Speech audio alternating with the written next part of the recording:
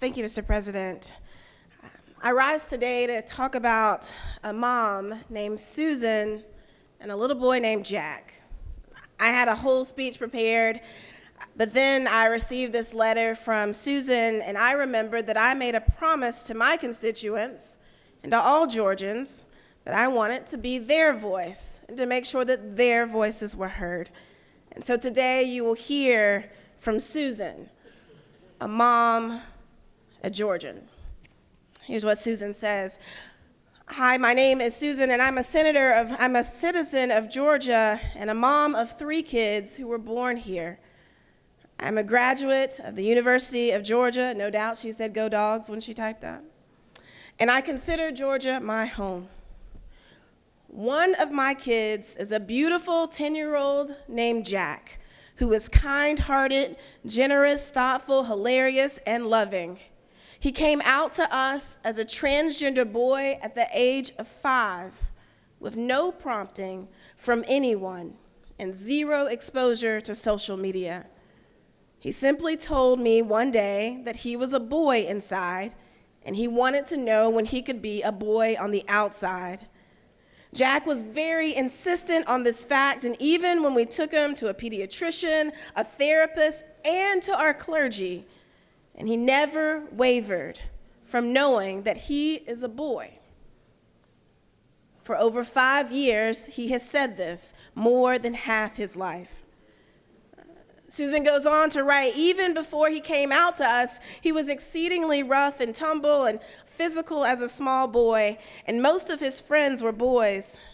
In retrospect, we believe that Jack revealed to us his true gender identity at the earliest point at which he had the capacity to do so, and that sometimes the physical body does not tell the full story of a person's identity. If you met him, you would never know that Jack was not a regular boy. He looks like, plays like, jokes like, and runs just as wild as any other boy in the neighborhood.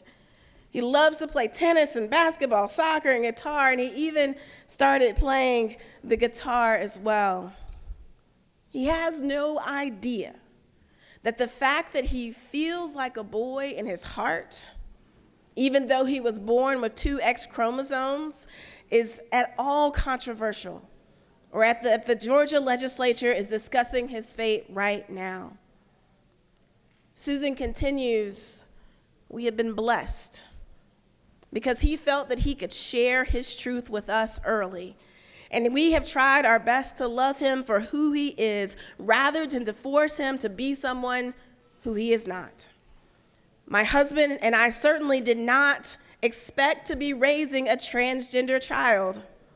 It's definitely not a path that I would have sought for my child, given the risk and controversy, but Jack was so clear about his identity as a small child and has remained unwavering in his conviction that he is a boy. He is comfortable with himself and thriving as a boy, which is what any parent wants for their child. It is fair to say that he has educated our entire family over the years on the breadth of the human experience. One day, my husband asked him what it felt like to be a boy, and Jack said, I can't really describe it, but I feel like God lets me into life a little more when I'm a boy. Our therapist and pediatrician have both confirmed that affirming his gender identity is the best and safest choice for us as his parents. And they have also concurred that he is a boy. 2 years ago, Jack began seeing a pediatric endocrinologist to get an early baseline. And we've returned every 6 months to check for signs of early puberty. The recommended course of treatment would be, as soon as these signs appear, Jack would go on hormone blockers for a period of 3 to 5 years, depending on his age of onset of puberty.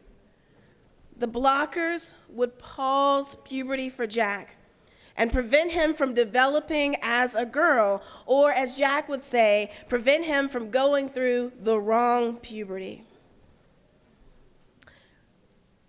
HB 1170 takes this choice out of our hands and out of the hands of his doctor, and it instead mandates a one-size-fits-all approach for every transgender child, family, and physician who treats them in the state of Georgia. HB 1170 would make it so that Jack would have to go through female puberty, which greatly increases his risk of ongoing gender dysphoria, body dysmorphia, and suicidal or self-harming thoughts. This risk is compounded by HB 1104, which will mandate that Jack be outed at school as a transgender person by making him use the girls' restroom and locker rooms. This will be extremely shaming to Jack and strange to his peers who have only known Jack as a boy. Up until now, Susan writes, Jack has been able to live happily as a boy. And the contemplated legislation before us this session would undo this and cause great risk to my family and our child. As a legislator, hear this. As a legislator, you're probably already familiar with the higher rate of mental health issues and suicidality of transgender youth who are not affirmed in their identity. Well, HB 1170 undermines everything that we've been doing as parents to protect our child from feeling stigmatized for his gender identity since he was 5 years old. Susan begins her conclusion by saying, I have to say that I am puzzled and disappointed by this approach, and moreover, I am angry that the Georgia legislature would act to take these important health care choices away from my family and endanger my child. Susan concludes by saying, I was raised in a conservative household that emphasized the value of family and the wisdom of limited government.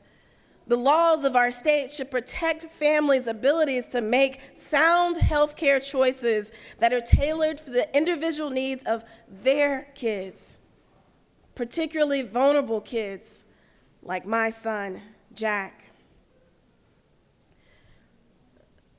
Colleagues, I hope you've heard this story, and I hope that you will remember your oath to represent every constituent. Remember your promise to pass legislation that will make Georgia better for all Georgians, including Georgians like little 10-year-old Jack.